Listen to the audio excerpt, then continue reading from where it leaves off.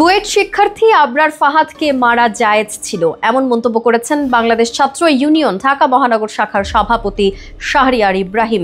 এক ফেসবুক স্ট্যাটাসে এমন মন্তব্য করেন তিনি। তার এই স্ট্যাটাসকে কেন্দ্র করে সমালোচনার ঝড় বইছে সামাজিক যোগাযোগ মাধ্যমে।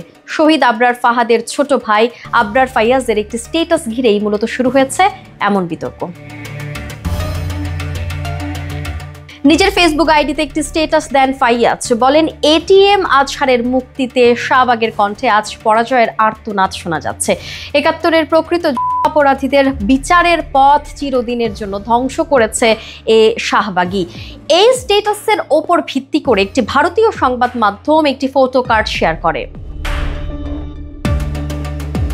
এই ফটো কার্ড নিজের ফেসবুক আইডিতে শেয়ার করেন ছাত্র ইউনিয়নের ঢাকা মহানগর শাখার সভাপতি শাহরিয়ার ইব্রাহিম।